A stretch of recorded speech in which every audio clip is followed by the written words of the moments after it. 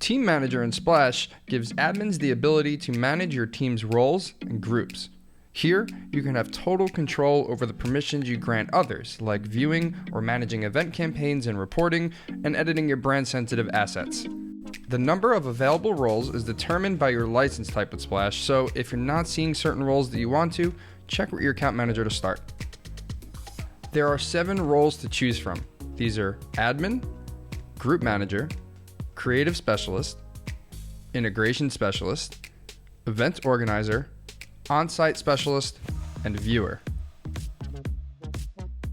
Each of these roles comes with its own unique level of access.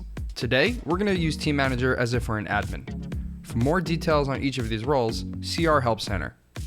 By clicking into the Team tab, we are taken right into Splash's Team Manager.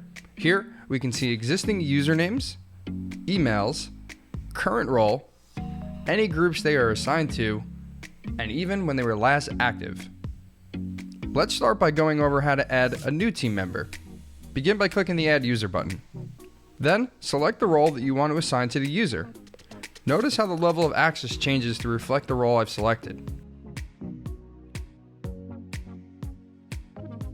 The 7 default roles are aligned with best practices for running successful, scaled event programs. In order to keep permissions organized and simple, only one role can be assigned per user. When you're satisfied, click Next. Enter their email address and add them to a group. We'll cover more about what a group is after this. When I hit Add User, that will trigger an email to that individual, allowing them to join my Splash organization. Now let's look at groups in Team Manager. The group you belong to determines what events you see in Splash.